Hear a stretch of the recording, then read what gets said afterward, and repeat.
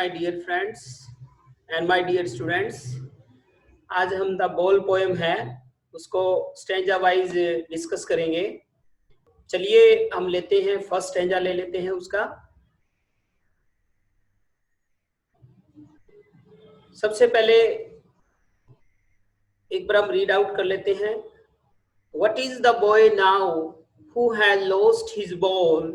What is he to do? I saw it go merrily bouncing down the street, and then merrily over there it is in the water. No use to say, oh, there are other balls. An ultimate shaking grief fixes the boy as he stands rigid, trembling, staring down all his young days into the harbor where his ball went. I would not intrude on him a dime. Another ball is worthless. तो सबसे पहले इसके word meaning हम ले लेते हैं। Bouncing, bouncing का मतलब होता है जंपिंग।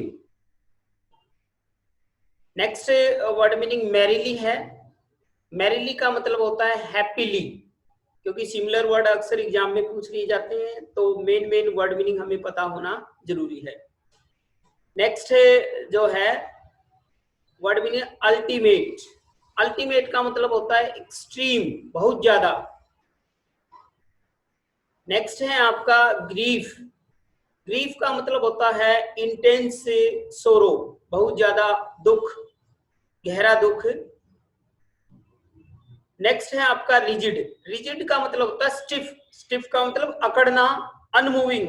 अनमूविंग का मतलब बिना हिले डुले, without any movement, because of fear and shock. और किस वजह से? डर या किसी शौक की वजह से रिजिड हो जाना, अकड़ कर खड़े हो जाना।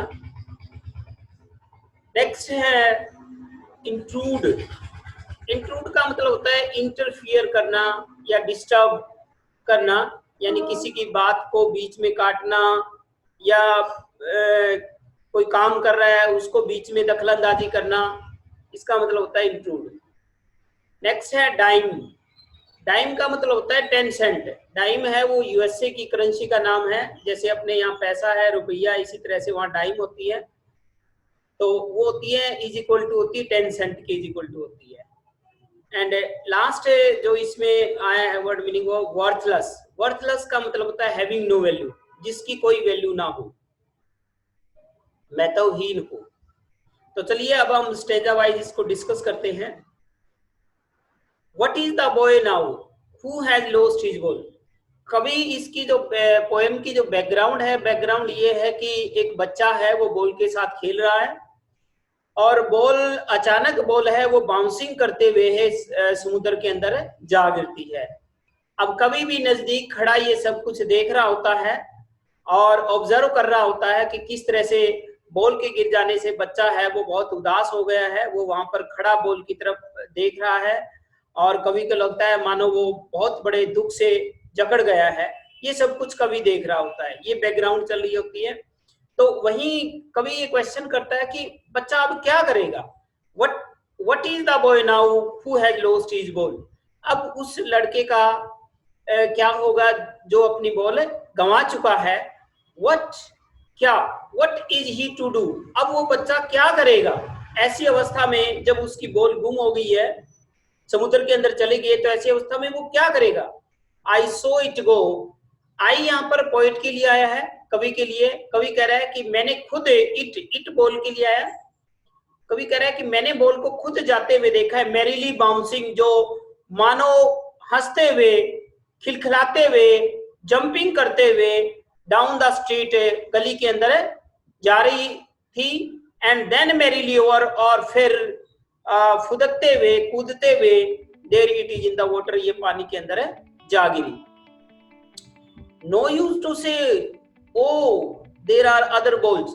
अब कवि कहता है कि ऐसी अवस्था में जब उसकी बॉल चली गई, तो यदि वो लड़के को कहता कि कोई बात नहीं, दूसरी बहुत सारी बॉल है, आप दूसरी बॉल ले लेना, तो कह रहा है कि इस बात को कहने का कोई फायदा नहीं है कि दूसरी बॉल्स हैं वो आप खरीद सकते हैं।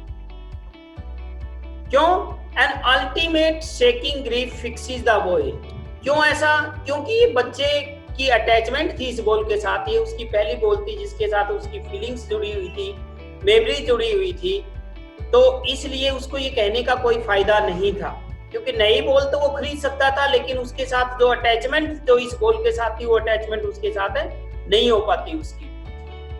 An ultimate shaking grief fixes the boy, और इस बॉल के गुम जाने से एक शेकिंग ग्रीफ, हिला देने वाला, झकझोर देने वाला दुख है, वो बच्चे को जकड़ लेता है पूरी तरह से, बच्चे के दिलो दिमाग के ऊपर छा जाता है दुख। As he stands rigid trembling staring down all his young days into the harbor where his ball went as he stand, और वो वहां पर समुद्र किनारे खड़ा है, रिजिड बनकर, अकड़ कर खड़ा है, कोई मूवमेंट नहीं है उसके अंदर, और दुख के, और उसके अंदर इतना ज्यादा दुख भरा हुआ है कि दुख की वजह से वो ट्रेम्बलिंग, शेकिंग, कांप रहा है। स्टेरिंग डाउन का मतलब टू लुक फिक्स्डली, एक तरफ ही देखना, विदाउट ब्लिंकिंग आईज, बगैर पलक झपकाए देखना, और वो बिल्कुल रिजिड बनकर, कांपते हुए ठीक अपनी उस जगह की तरफ देख रहा है। All his young days into the harbour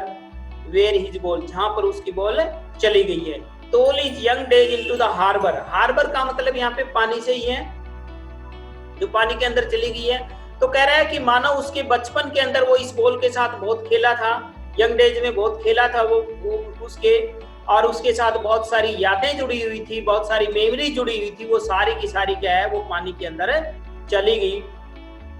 where his ball went, जहां पर अब उसकी बॉल चली गई थी, तो साथ में उसकी यादें, उसकी अटैचमेंट जो जुड़ी हुई थी बॉल के साथ, वो भी चली गई।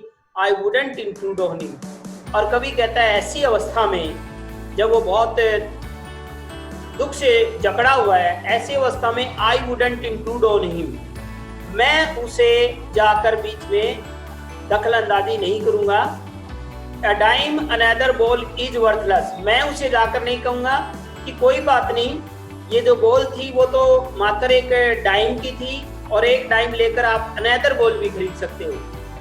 इज वर्थलेस, अब कभी कह रहा है कि यदि मैं उसे ऐसा जाकर कहूंगा, तो कह रहा है कि इज वर्थलेस, ये बात उसके लिए महत्वहीन रहेगी, बेकार साबित होगी। क्यों? क्योंकि नई बॉल के साथ उसकी जो भावनाएं नहीं जुड़ी हुई थी, मेमोरीज नहीं जुड़ी हुई थी, जो पुरानी बॉल के साथ जुड़ी हुई थी, इसलिए उसकी अटैचमेंट जो थी, उसकी जो यादें थी, उसकी जो भावनाएं थी, वो पुरानी बॉल के साथ जुड़ी हुई थी, और ऐसी अवस्था में उसे ये बात कहना महत्वहीन साबित होती। तो